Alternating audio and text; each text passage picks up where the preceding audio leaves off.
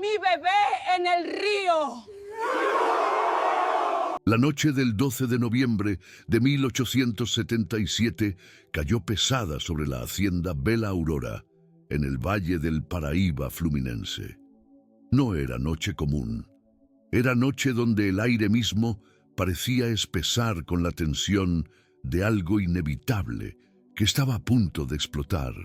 Cerca de 80 esclavos, hombres con músculos forjados por décadas de trabajo brutal, mujeres cuyos rostros portaban cicatrices de azotes, incluso niños de 12 años que ya conocían el peso del látigo, rodeaban el celeiro donde el duque Américo de Braganza, a sus 64 años de vida dedicada a acumular poder sobre cuerpos que consideraba su propiedad absoluta, se había refugiado con su familia después de percibir movimiento extraño en la senzala. El duque nunca imaginó que ese secreto, el secreto de lo que había hecho 2 meses antes en las aguas del río Paraíba, destruiría todo: su familia, su propiedad, su propia vida. Al frente de la multitud, sosteniendo antorcha encendida que iluminaba, rostro marcado por cicatrices de azotes recibidos desde que era niña, estaba Esperanza. 29 años de edad, ojos que habían perdido toda capacidad de llorar 2 meses atrás, pero que ahora brillaban con algo que trascendía la rabia humana común. Era algo más primitivo, más absoluto. Era la furia de madre, cuyo hijo fue arrancado de sus brazos y asesinado mientras ella gritaba amarrada sin poder hacer nada. A su lado, sosteniendo hacha de hierro que él mismo había forjado en la fragua de la hacienda, estaba Manuel Congo, nombre que todos usaban para el líder natural de los esclavos, herrero de 35 años cuya inteligencia y alfabetización lo habían convertido en voz de los sin voz. Esperanza gritó con voz que atravesó la noche como cuchillo rasgando tela, que resonó por kilómetros atravesando el silencio del valle del Paraíba, que llegaría a oídos de esclavos en haciendas vecinas y los inspiraría a sus propias rebeliones. Ahogaste a mi bebé en el río. El duque, trancado, dentro del celeiro con su esposa aterrorizada y 3 hijos que aún no comprendían completamente que estaban a punto de morir, no respondió. Quizás porque no tenía respuesta, quizás porque sabía que cualquier palabra que dijera solo alimentaría más la furia, o quizás porque en algún rincón de su conciencia que aún funcionaba, comprendía que esto era justicia, tardía, sangrienta, pero justicia al fin. Esperanza no esperó respuesta. Continuó, cada palabra saliendo de su garganta como si hubiera sido guardada durante 2 meses y ahora explotara con fuerza acumulada. Hace 2 meses, mi hijo Joaquim nació. Tenía 2 semanas de vida, 2 semanas donde yo lo amamantaba, donde sentía su cuerpo pequeño y caliente contra mi pecho, donde veía sus ojos abriéndose lentamente para ver este mundo. Tú dijiste que él era inviable, que no podría trabajar porque tenía pie deformado, que era desperdicio de alimento que podría ser usado para esclavos productivos, y lo ahogaste en el río Paraíba mientras yo gritaba amarrada al tronco, mientras mis gritos se mezclaban con los gritos de mi bebé tragando agua, mientras mi cuerpo se retorcía intentando liberarme, pero las cuerdas solo cortaban más profundo en mi piel. La multitud que la rodeaba rugió. Era rugido colectivo de décadas de dolor, de generaciones de hijos arrancados, de madres violadas, de padres azotados hasta la muerte. Manuel Congo levantó el hacha hacia el cielo nocturno y gritó con voz que todos escucharon: «Esta noche él paga. Esta noche todos los amos pagan». En ese momento, mientras 80 esclavos rodeaban el celeiro donde el duque y su familia esperaban su destino inevitable, mientras antorchas iluminaban rostros que habían decidido que la muerte era preferible a un día más de esclavitud, mientras la historia misma se preparaba para documentar lo que sería conocido como el motín de Esperanza. Quizás vale la pena preguntarse, ¿Desde dónde está escuchando usted esta crónica? ¿Desde qué rincón del mundo llegan estas palabras sobre maternidad robada, sobre bebé de 2 semanas ahogado porque su pie deforme lo hacía económicamente inviable, sobre madre que esperó 2 meses acumulando furia hasta que finalmente explotó en acto de venganza que costaría más de 80 vidas? Comente de dónde está escuchando. Comente qué siente al saber que esto no es ficción, sino historia documentada de Brasil en 1877, apenas 11 años antes de la abolición. Porque historias como esta necesitan ser recordadas no como curiosidades históricas, sino como testimonios de lo que seres humanos son capaces de hacer a otros seres humanos cuando sistema social completo legitima esa violencia. Su comentario sobre su ubicación nos ayuda a entender que estas lecciones históricas resuenan globalmente y que la memoria de Esperanza y su hijo Joaquim debe ser preservada en cada continente. Pero para comprender completamente la magnitud de lo que estaba a punto de ocurrir en esa noche de noviembre, debemos retroceder 2 meses. Debemos viajar a septiembre de 1877, cuando Esperanza, embarazada de 8 meses después de ser violada por capataz de la hacienda, porque el consentimiento no existía para mujeres esclavizadas, fue obligada a trabajar en la cosecha de café. El duque Américo no aceptaba lo que él llamaba pereza. Creía, con la arrogancia característica de hombres de su clase, que embarazo no era enfermedad, sino simplemente condición temporal que no debería interferir con productividad. Médicos habían advertido que trabajo pesado en etapa final de embarazo podría causar parto prematuro.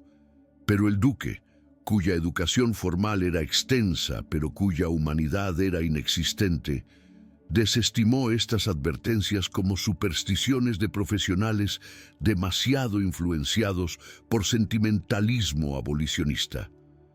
Esperanza trabajó en los cafetales bajo sol que quemaba, cargando sacos que pesaban más que su propio cuerpo desnutrido. Sentía contracciones irregulares, pero no osaba quejarse.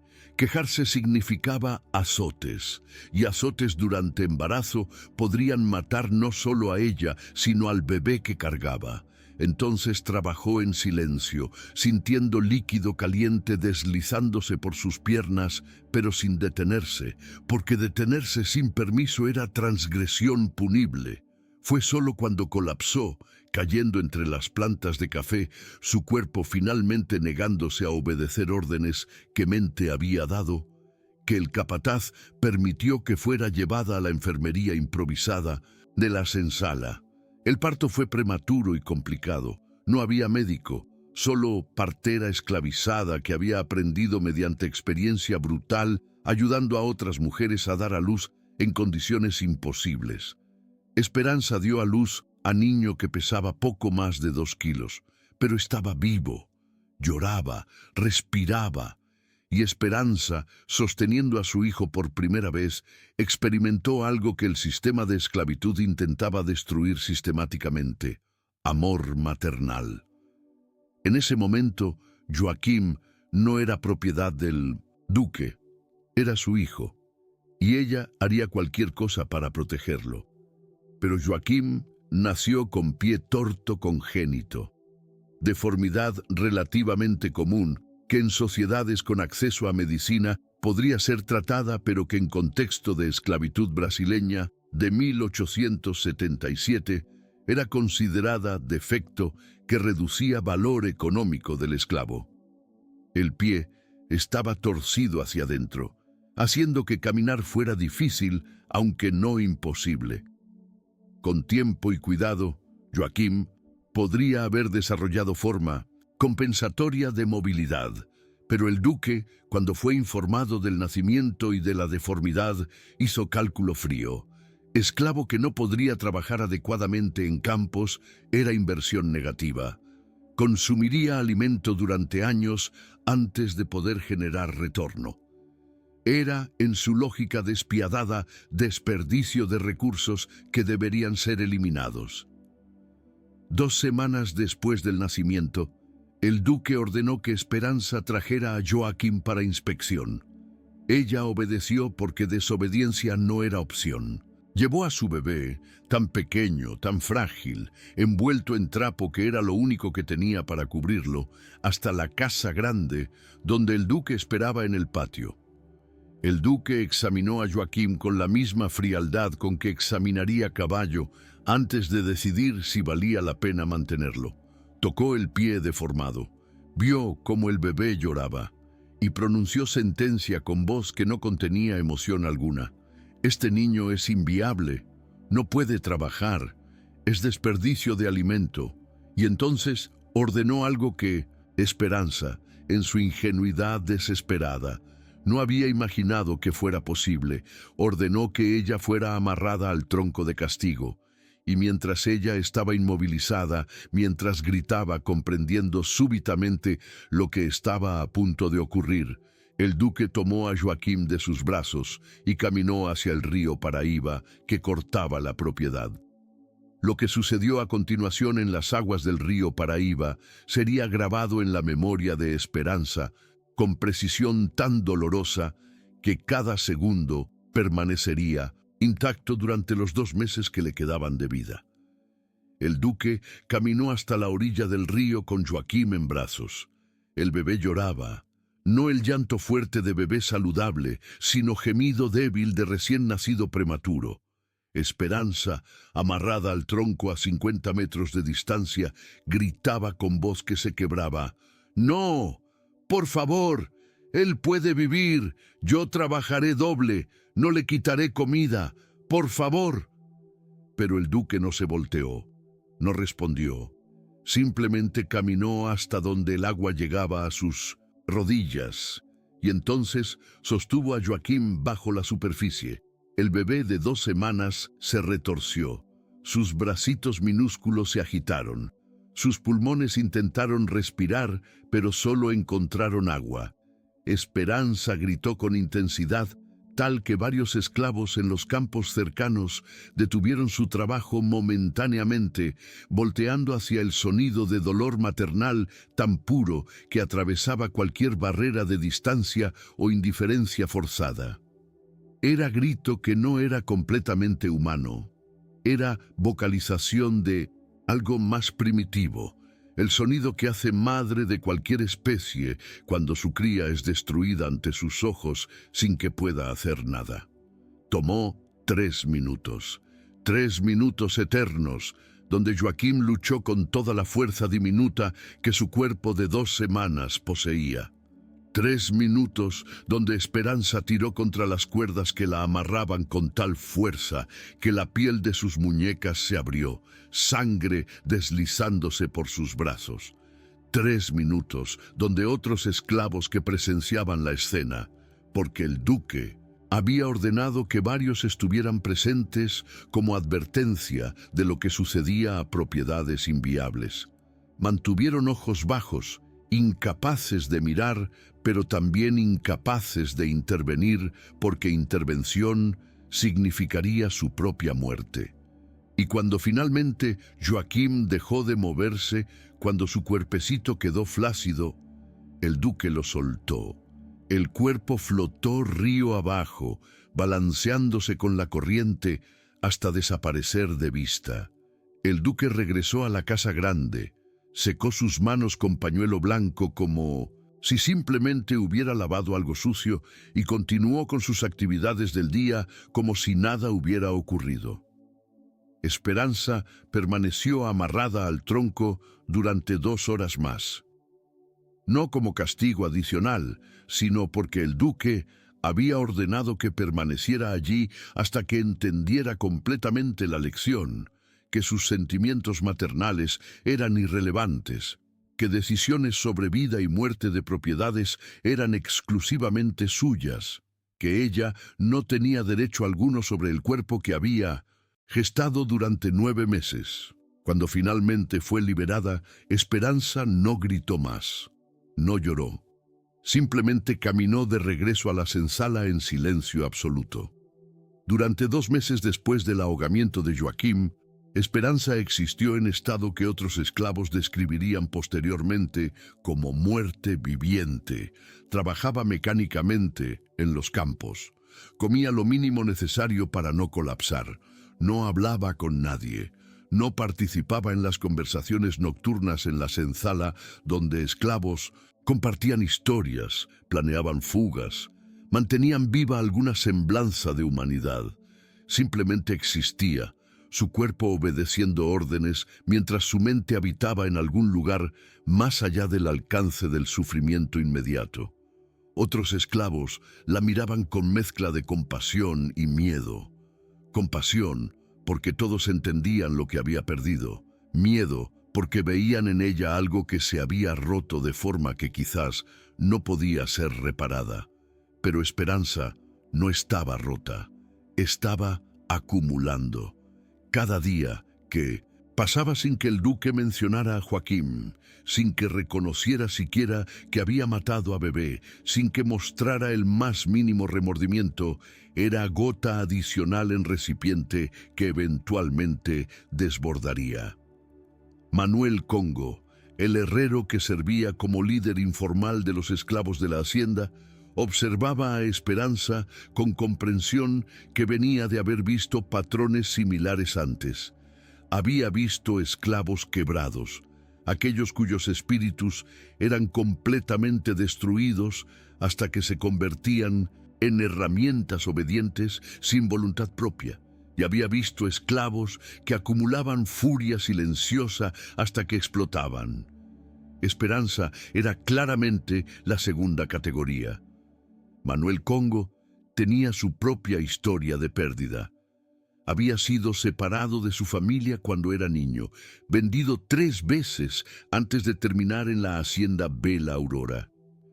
Había aprendido a leer y escribir secretamente, enseñado por misionero abolicionista que había visitado Hacienda brevemente años atrás. Usaba estas habilidades para mantener registros secretos de abusos cometidos contra esclavos, creyendo que algún día esta documentación sería útil. Y principalmente usaba su posición como herrero, trabajo que le daba cierta movilidad dentro de la hacienda y contacto con esclavos de propiedades vecinas que venían a reparar herramientas para construir red de comunicación que podría ser usada para organizar fuga colectiva o, si fuera necesario, rebelión. En noviembre de 1877, Manuel percibió que momento para acción estaba aproximándose. Había inestabilidad política regional, conflictos entre oligarcas locales sobre control de tierra y rutas comerciales que distraían autoridades y reducían vigilancia sobre haciendas. Había también creciente tensión en varias propiedades vecinas donde esclavos planeaban fugas. Y principalmente estaba Esperanza, cuya furia silenciosa podría servir como catalizador perfecto para transformar planes abstractos de rebelión en acción concreta. Manuel comenzó a hablar discretamente con otros líderes naturales entre los esclavos. Identificó quiénes estarían dispuestos a arriesgar todo en intento de libertad. Garantizó acceso a herramientas que podían convertirse en armas, machetes, hachas, azadas con bordes afilados. El momento decisivo llegó en la segunda semana de noviembre. El duque ordenó azotamiento público de esclavo que había intentado huir. 50 azotes aplicados mientras todos los esclavos eran forzados a observar como advertencia. El esclavo gritaba, su espalda se abría, sangre salpicaba el suelo, y durante esta demostración de poder absoluto, Esperanza finalmente habló por primera vez en 2 meses. Se volteó hacia Manuel Congo, quien estaba de pie junto a ella en la multitud forzada de observadores, y susurró con voz que era menos sonido humano que promesa de violencia inminente. «Yo voy a matarlo, con o sin ustedes». Manuel Miró a Esperanza y reconoció algo en sus ojos. Era mirada de persona que había cruzado línea invisible entre supervivencia y venganza, entre miedo a morir y aceptación de muerte como precio aceptable por justicia. Y Manuel, quien había estado esperando durante años el momento correcto para actuar, comprendió que ese momento había llegado. Esa noche, después que todos habían regresado a la senzala, Manuel reunió a líderes. Les contó sobre intención de Esperanza y propuso plan. No solo matar al duque, sino organizar rebelión completa que destruiría propiedad, liberaría a todos los esclavos y enviaría mensaje a toda élite cafeera del Valle del Paraíba de que esclavos no eran propiedad pasiva, sino seres humanos capaces de resistencia violenta cuando eran empujados más allá de todo límite soportable. Durante una semana, Manuel Congo y los líderes que había identificado trabajaron en secreto absoluto. La planificación debía ser meticulosa porque un error significaría no solo fracaso, sino muerte torturada para todos los involucrados. Manuel dibujó mapa rudimentario de la hacienda en tierra del piso de su taller de herrería, mostrando ubicación de payol donde herramientas eran guardadas, de casa grande donde el duque dormía, de celeiro fortificado que podría servir como refugio si familia lograra escapar allí. Identificó quiénes entre los 80 esclavos de la propiedad eran suficientemente confiables para participar directamente y quienes deberían simplemente ser informados en último momento para evitar que información se filtrara. También estableció comunicación con esclavos de haciendas vecinas. Mensajes codificados fueron enviados mediante esclavos que tenían permiso para viajar entre propiedades, entregando herramientas reparadas. Los mensajes eran simples. Si oyen campanas tocando en la noche del 12 de noviembre, sabrán que es hora. Únanse o huyan, pero no interfieran. La idea no era solo liberar Hacienda Bella Aurora, sino crear ola de rebeliones simultáneas que sobrecargaría capacidad de represión de autoridades locales, dando a esclavos fugitivos tiempo para establecer quilombo permanente en las montañas de Serra do Mar que bordeaban la región. Esperanza no participó en planificación táctica. Su rol era diferente. Era símbolo viviente de por qué rebelión era necesaria. Manuel la presentó a otros esclavos durante reuniones secretas nocturnas, permitiendo que ella contara su historia en sus propias palabras.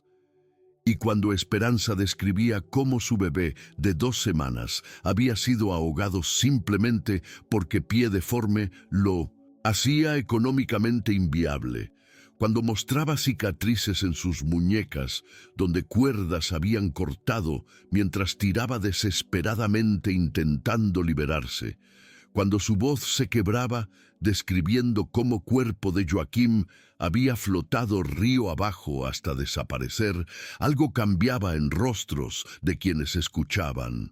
Compasión se transformaba en furia, miedo se transformaba en determinación. La noche del 11 de noviembre, víspera del motín planeado, Manuel realizó reunión final con todos los participantes. 80 esclavos apiñados en celeiro abandonado en límite de la propiedad, iluminados solo por luna que entraba por grietas en paredes de madera. Manuel habló con voz baja pero clara que todos podían escuchar. Mañana por la noche, cuando campanas de la capilla toquen medianoche, nos levantaremos. Tomaremos las herramientas del payol, rodearemos la casa grande y exigiremos que el duque sea entregado.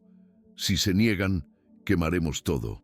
Algunos moriremos, quizás todos moriremos, pero moriremos como personas libres que eligieron pelear en lugar de como esclavos que aceptaron pasivamente todo lo que nos hicieron.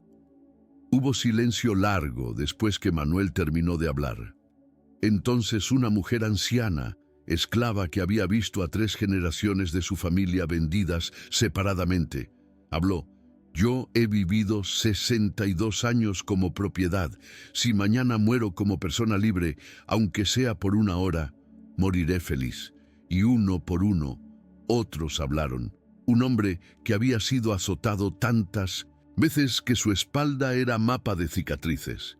Una mujer joven que había sido violada repetidamente por capataces. Un niño de 14 años que nunca había conocido nada excepto trabajo bajo látigo. Todos declararon disposición a arriesgar todo. Y Esperanza, que había permanecido silenciosa durante mayor parte de la reunión, finalmente habló sus últimas palabras antes del motín. «Mañana, Joaquim será vengado, y si debo morir para que eso suceda, que así sea». La noche del 12 de noviembre llegó con cielo despejado y luna llena que iluminaba el valle del Paraíba con claridad casi diurna. El duque y su familia cenaron normalmente en la casa grande, sin sospechar nada. Los esclavos trabajaron durante el día con la misma sumisión aparente de siempre. Pero cuando campanas de la pequeña capilla de la hacienda tocaron medianoche, tocadas no por sacerdote sino por esclavo que había sido asignado esa tarea, todo explotó.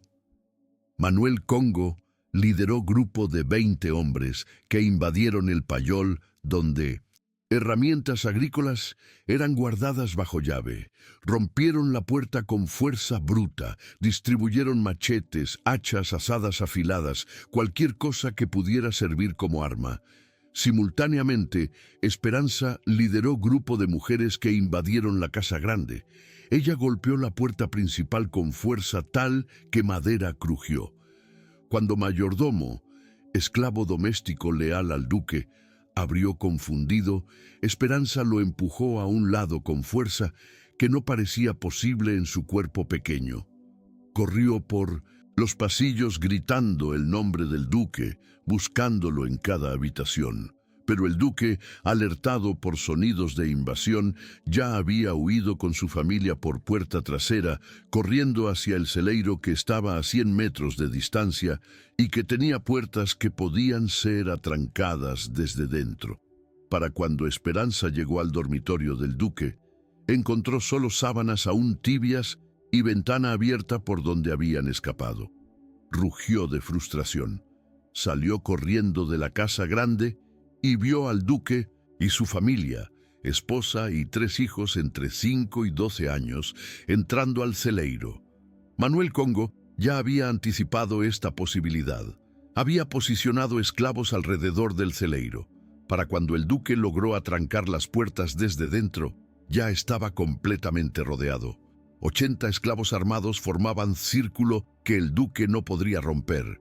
Manuel se aproximó a la puerta y gritó lo suficientemente alto para que el duque escuchara a través de la madera gruesa: «Entregue al duque, solo a él, y el resto de la familia puede irse libre». Hubo silencio largo desde dentro del celeiro.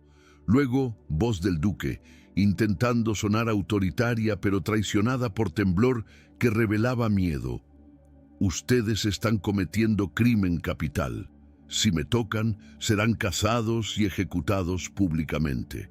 Devuélvanse a la senzala ahora y consideraré clemencia».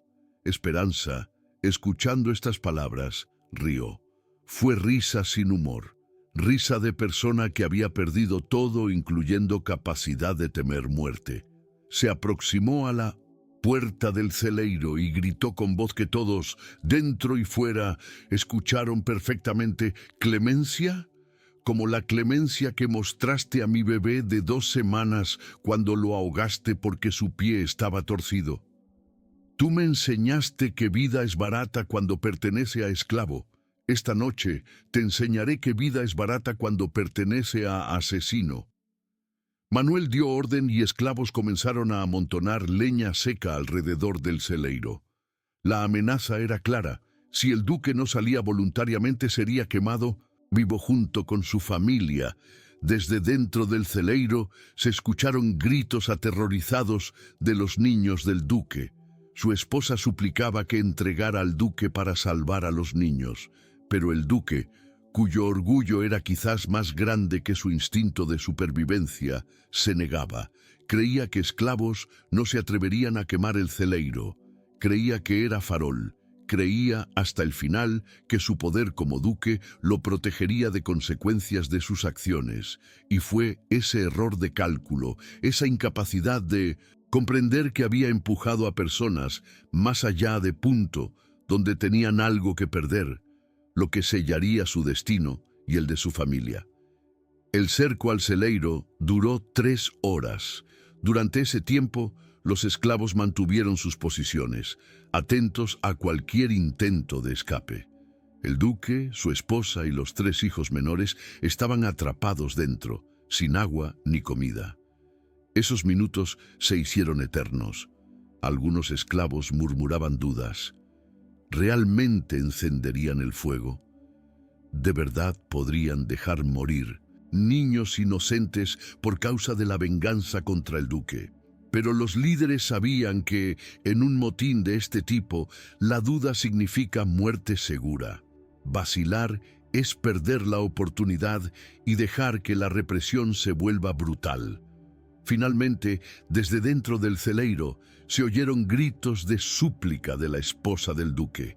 Ella pidió entre sollozos que los dejaran salir, prometiendo que nunca denunciaría a los esclavos, que podía testificar sobre la brutalidad de su marido, que siempre estuvo en contra de sus métodos. Pero Esperanza respondió con voz fría: «Toda la familia es cómplice. Ninguno habló cuando ahogaste a mi hijo. Aprendieron a callar para sobrevivir, pero hoy nadie callará más». Manuel Congo, comprendiendo que prolongar el cerco solo aumentaba peligro para todos, tomó la decisión estratégica que sellaría la historia de la hacienda Bella Aurora. Arrojó una antorcha encendida en la pila de leña amontonada en la puerta principal.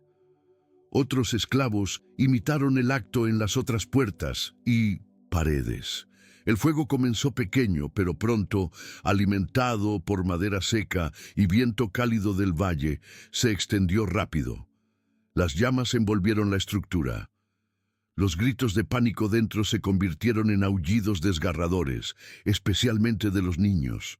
Algunos esclavos se taparon los oídos, otros cerraron los ojos, y algunos, especialmente los que habían perdido hijos o parejas a manos del duque, observaron sin pestañear, con rostro duro, como si ver el castigo fuera necesario para cicatrizar heridas que nunca sanarían. Esperanza no miró el fuego todo el tiempo.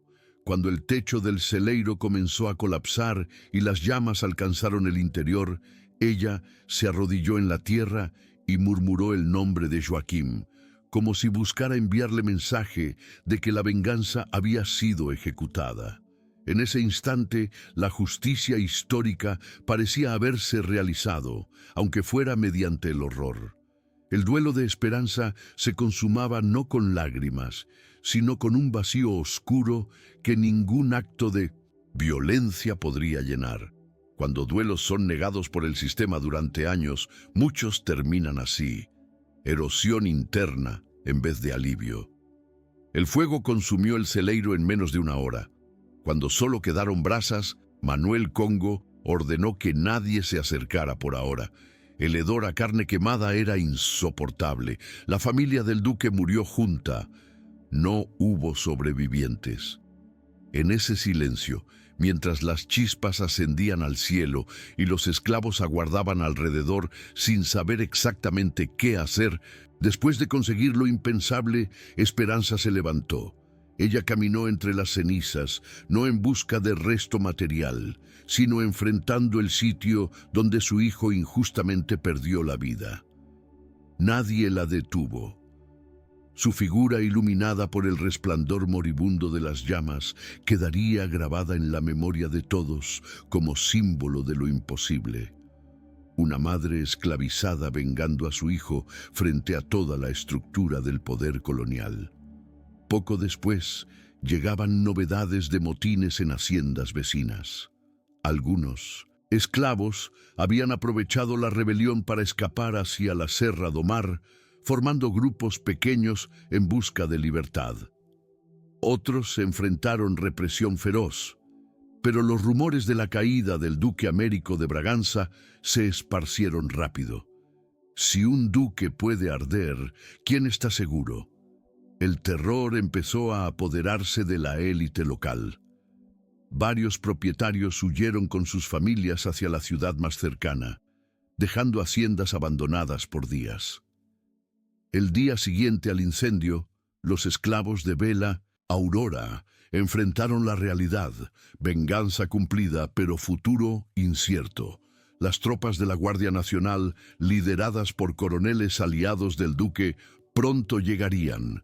Tenían que decidir entre resistir hasta el final o dispersarse hacia el monte y buscar un nuevo quilombo. Manuel Congo reunió a los líderes y expuso la disyuntiva. Algunos querían defender la hacienda hasta el último hombre. Otros, agotados y traumatizados por lo sucedido, preferían huir de inmediato. Esperanza, todavía en silencio tras su acto, se limitó a asentir cuando Manuel anunció que partirían esa misma tarde, antes de que la represión los alcanzara.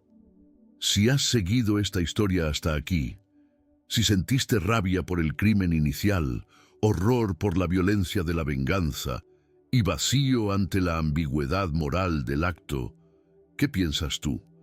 ¿Crees que los esclavos estaban justificados en aplicar venganza sangrienta sobre inocentes para romper el ciclo de terror del duque? ¿O piensas que la justicia nunca puede alcanzarse mediante el fuego, sino solo perpetúa el dolor? Comenta tu opinión.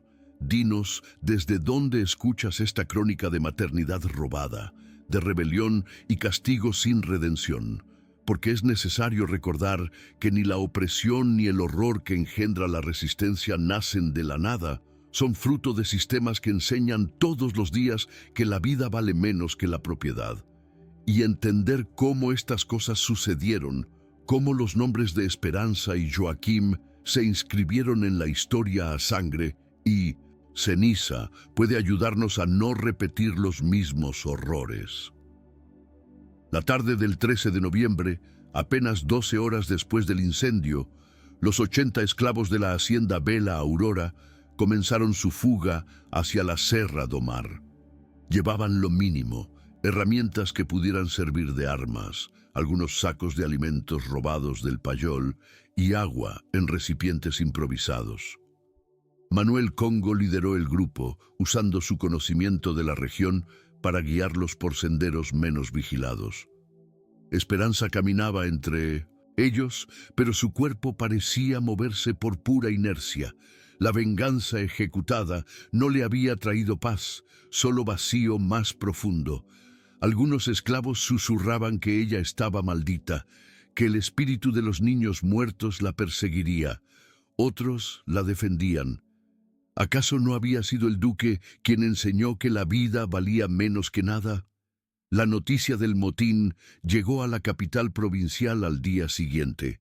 El gobernador, aterrorizado por la posibilidad de que la rebelión se extendiera como fuego, descontrolado por todo el Valle del Paraíba, ordenó movilización inmediata de 200 soldados de la Guardia Nacional bajo comando del duque de Caxias, militar de prestigio conocido por reprimir violentamente insurrecciones anteriores. Las órdenes eran claras: capturar vivos a los líderes para ejecución pública ejemplar y matar al resto si resistían. No habría negociaciones, no habría clemencia. El sistema de esclavitud brasileño, sintiendo amenaza existencial en cada motín exitoso, respondía con brutalidad calculada para enviar mensaje. Rebelión significa muerte. La persecución comenzó el 15 de noviembre. Los soldados rastrearon al grupo fugitivo siguiendo huellas, interrogando brutalmente a esclavos de haciendas vecinas que podrían haber visto a los fugitivos pasar. Algunos delataron por miedo a ser torturados. Otros mintieron deliberadamente, enviando soldados en direcciones equivocadas, arriesgando sus propias vidas para dar tiempo a los fugitivos. La solidaridad entre esclavizados, aunque no universal, era real. Cada hora de retraso que lograban crear era hora adicional que fugitivos tenían para alcanzar las montañas donde podrían establecer quilombo defensible. Pero 80 personas moviéndose juntas dejan rastro inevitable. En la mañana del 17 de noviembre, soldados localizaron al grupo acampado en claro de bosque, a mitad de camino hacia Serra do Mar. El ataque fue repentino. Disparos cortaron el aire antes del amanecer. Varios esclavos cayeron muertos inmediatamente. Otros intentaron defenderse con las herramientas que portaban, pero machetes y azadas no podían competir contra rifles militares. La batalla, si puede llamarse batalla cuando un lado tiene armas de fuego y el otro no, duró menos de una hora. Manuel Congo ordenó retirada dispersa. Si permanecían juntos, serían masacrados. Si se dispersaban, al menos algunos podrían sobrevivir. El grupo se fragmentó en docenas de direcciones. Algunos lograron llegar a quilombos existentes en las montañas. Otros fueron capturados durante días siguientes y algunos simplemente desaparecieron en la selva, sus destinos nunca documentados. Quizás murieron de hambre o heridas. Quizás lograron establecer vidas ocultas en comunidades remotas. La historia nunca registró sus nombres, porque la historia, en aquel periodo, solo se preocupaba por documentar a los capturados y ejecutados. Manuel Congo fue capturado el 19 de noviembre. Un grupo de rastreadores siguió sus huellas durante 2 días hasta acorralarlo en barrancos sin salida. Luchó con hacha hasta el final, matando a un soldado e hiriendo a otros 2 antes de ser finalmente dominado. No pidió clemencia. Cuando soldados le preguntaron quién había liderado el motín, respondió con orgullo: «Yo lo lideré». Y lo haría de nuevo. Fue encadenado y arrastrado de regreso a la región del Valle del Paraíba para juicio público que toda la élite cafeera asistiría. Esperanza fue encontrada el 20 de noviembre. No estaba huyendo. Estaba sentada junto al río Paraíba, el mismo río donde Joaquim había sido ahogado, simplemente mirando el agua fluir. Cuando soldados se aproximaron, no resistió, no habló. Simplemente se levantó y extendió sus manos para ser encadenada. Uno de los soldados, viéndola tan pasiva, comentó a su compañero: «Esta está loca». Perdió la razón. Pero Esperanza no estaba loca, estaba completa. Había hecho lo que se propuso. La muerte que ahora la esperaba era simplemente conclusión, inevitable. Durante semana siguiente, más esclavos fueron capturados. Al final, 17 líderes fueron identificados y llevados a prisión temporal construida específicamente para este caso en Ciudad de Basouras. Entre ellos estaban Manuel Congo, Esperanza y 15 otros que habían participado activamente en planeamiento y ejecución del motín. El resto de capturados, aquellos considerados seguidores en lugar de líderes, fueron devueltos a sus haciendas originales o vendidos a nuevos propietarios en regiones distantes, fragmentando cualquier posibilidad de que memoria colectiva del motín pudiera inspirar futuros levantamientos. El juicio fue programado para finales de noviembre de 1877. Sería juicio público. No porque el sistema judicial de la época valorara transparencia, sino porque ejecuciones públicas de líderes rebeldes servían propósito pedagógico: enseñar a otros esclavos qué sucedía cuando desafiaban el orden establecido. Periodistas de Río de 1900 en Janeiro fueron invitados a cubrir evento. Elite cafeera local asistió en masa, algunos con familias enteras, como si fuera espectáculo social. y esclavos de haciendas cercanas fueron forzados a observar para que entendieran perfectamente el mensaje. El veredicto era predecible desde el inicio. La ley de 1835 establecía pena de muerte para esclavos que mataran a sus señores. No había defensa posible. No importaba que el duque hubiera ahogado bebé. No importaba que hubiera torturado sistemáticamente a sus esclavos durante décadas. La ley protegía propiedad de señores sobre vidas de esclavos, no al revés. Manuel Congo fue sentenciado a muerte por ahorcamiento. Esperanza, en rareza legal de la época, también fue sentenciada a muerte. Normalmente, mujeres recibían sentencias de azotes en lugar de ejecución, pero brutalidad de su participación y simbolismo de caso demandaban ejemplo máximo. Manuel Congo fue ejecutado el 20 de noviembre de 1870 y 7. La horca fue construida en Plaza Central de Basuras. Más de 1000 personas asistieron, élite en palcos especiales, esclavos forzados a observar desde el suelo. Manuel caminó hacia la horca con cabeza erguida. No temblaba, no suplicaba. Cuando le preguntaron si tenía últimas palabras, dijo solo: «Morimos para que otros sepan que es posible». La cuerda fue colocada alrededor de su cuello. La trampilla se abrió.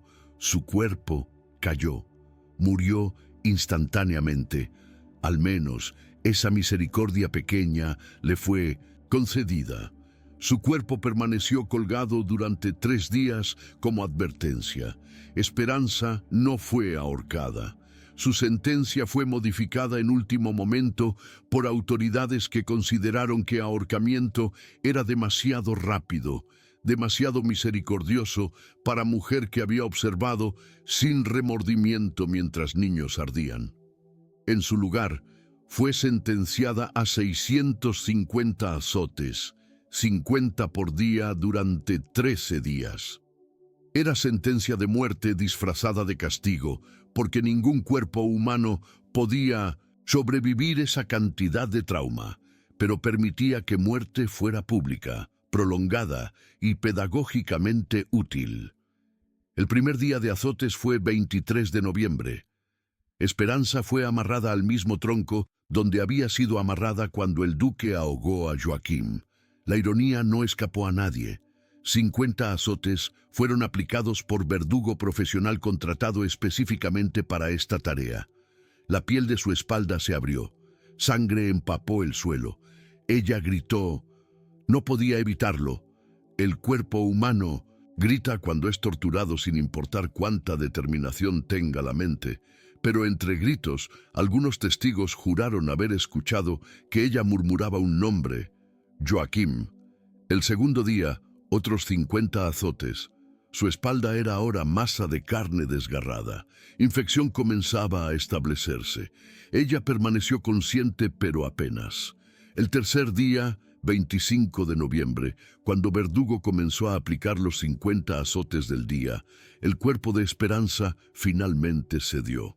Después de 150 azotes totales, su corazón se detuvo. Murió amarrada al tronco, a los 29 años, habiendo vivido toda su vida como propiedad, excepto por aquellas pocas horas de libertad violenta cuando vengó a su hijo. Las últimas palabras de Esperanza, según testimonio de uno de los esclavos forzados a presenciar, fueron: Joaquim, mamá está yendo. No hubo funeral. Su cuerpo fue enterrado en fosa común sin marcador. Los otros 15 líderes capturados fueron ejecutados durante semanas siguientes, algunos ahorcados, otros azotados hasta la muerte, dependiendo del nivel de participación que autoridades les atribuyeron. Al final del proceso, todos los líderes identificables del motín de Esperanza estaban muertos. Pero la historia no terminó con sus muertes. Aproximadamente 20 esclavos del grupo original lograron escapar y establecer quilombo en Serra do Mar.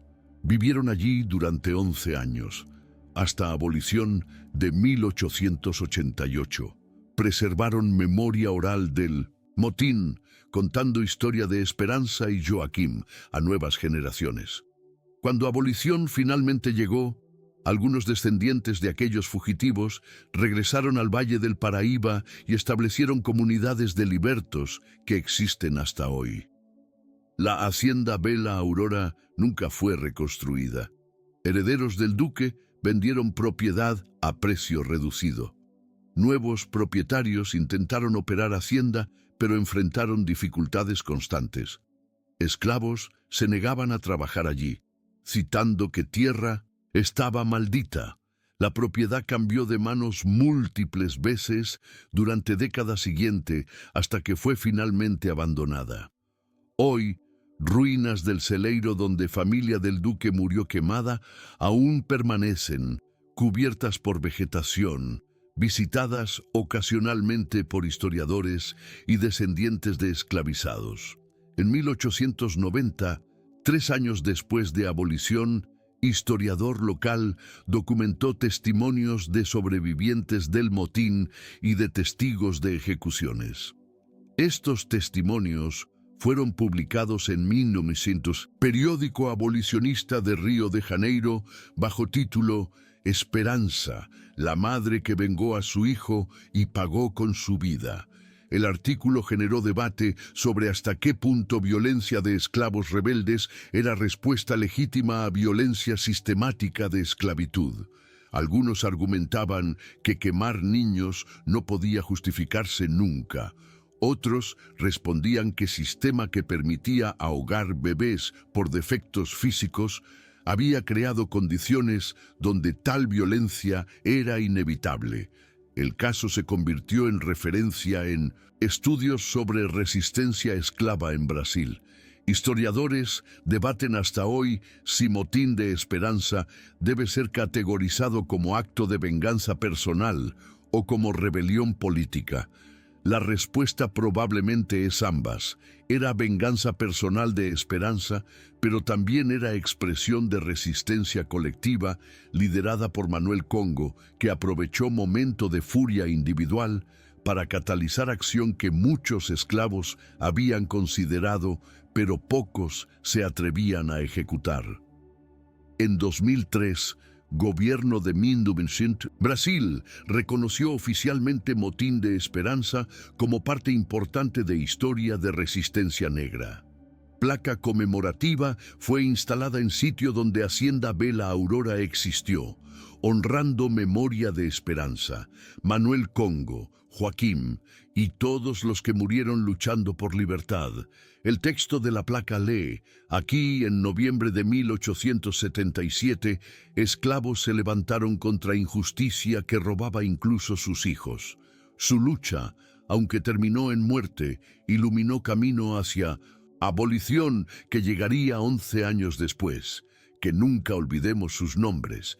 La historia de Esperanza nos confronta con preguntas que no tienen respuestas simples. ¿Fue su venganza justificada?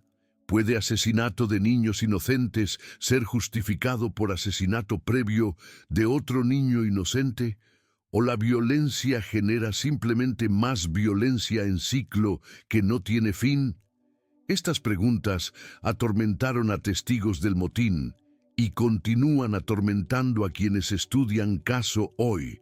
No hay respuesta que satisfaga completamente porque estamos confrontando situación donde todos los caminos disponibles para Esperanza conducían a tragedia.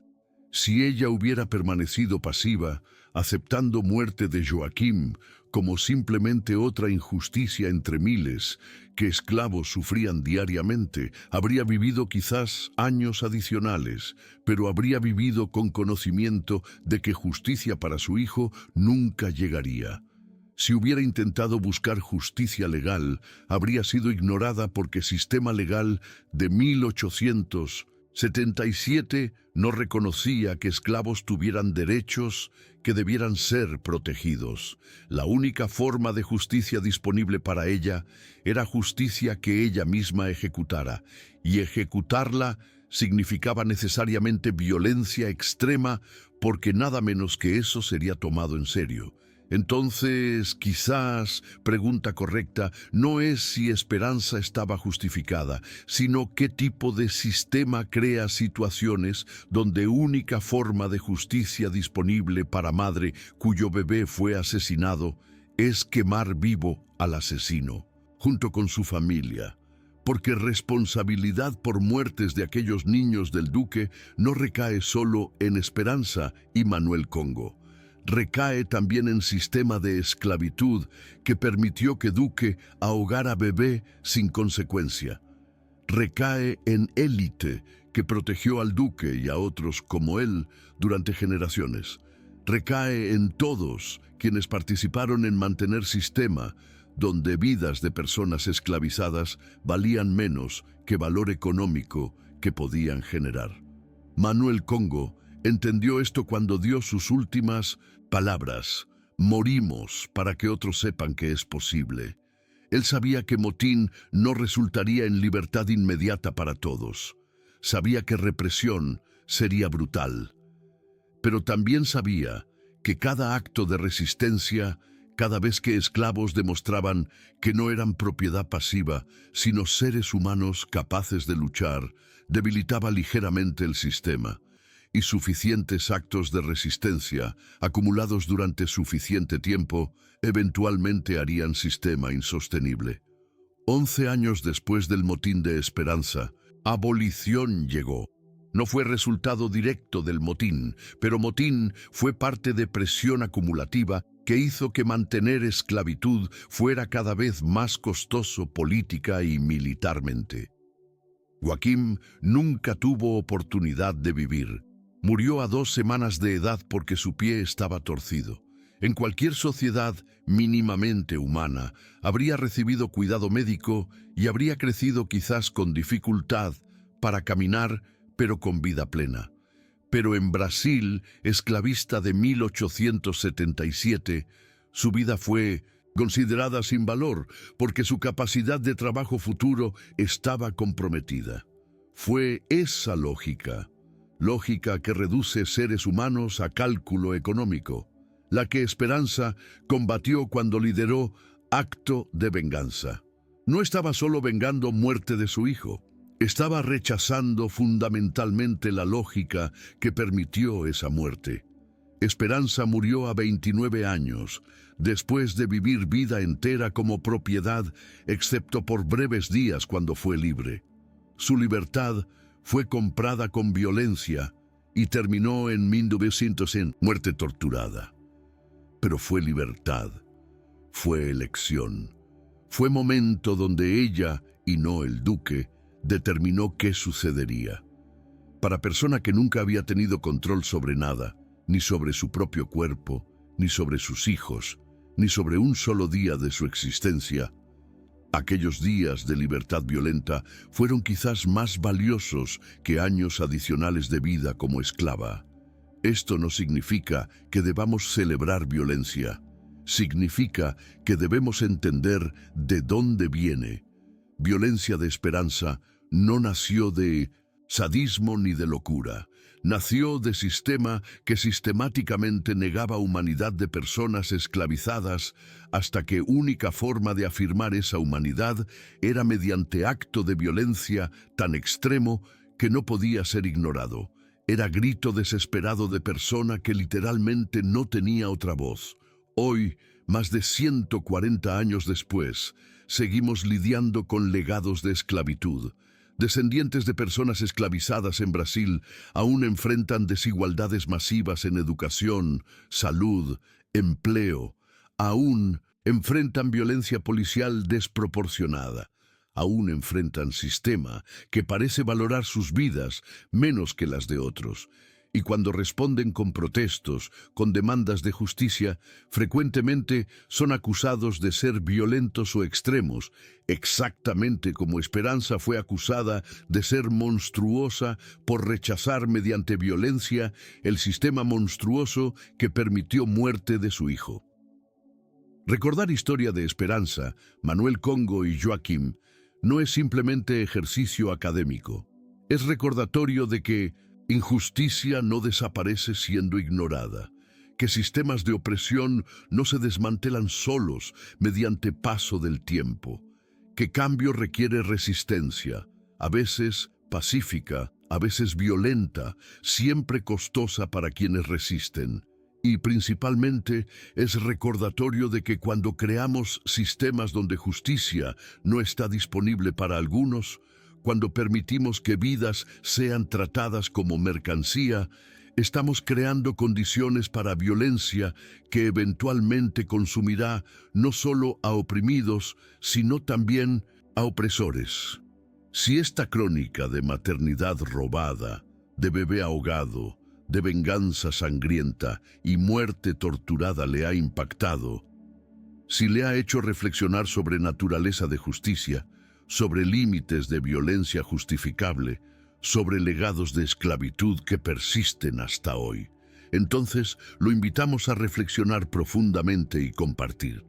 ¿Qué haría usted en lugar de esperanza? ¿Aceptaría pasivamente muerte de su hijo? ¿Buscaría venganza sabiendo que costaría su propia vida? ¿O hay tercera opción que nosotros, desde distancia segura de más de 100 años, no logramos ver?